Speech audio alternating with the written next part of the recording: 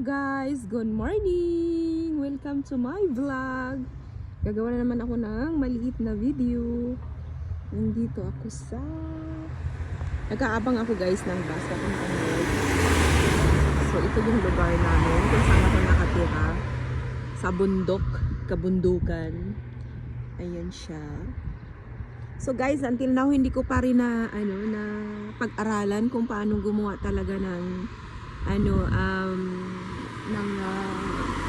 magandang video para i-upload sa YouTube. Paano talaga tawag nito yung mag-edit. Hanggang ngayon sobrang busy ko. Plus madalas din pagdating sa bahay sobrang pagod. So ito lang guys, ang video ko. Pakita ko.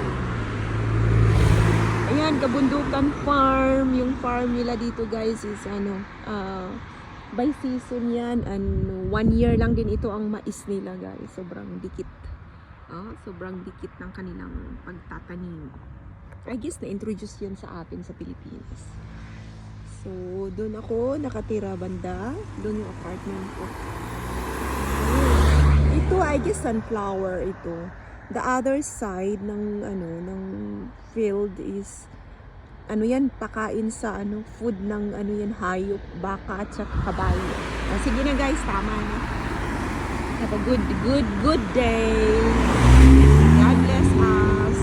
Salamat sa nag-subscribe. At please subscribe pa more please. Sana abot ng 50. Ciao, ciao. God bless.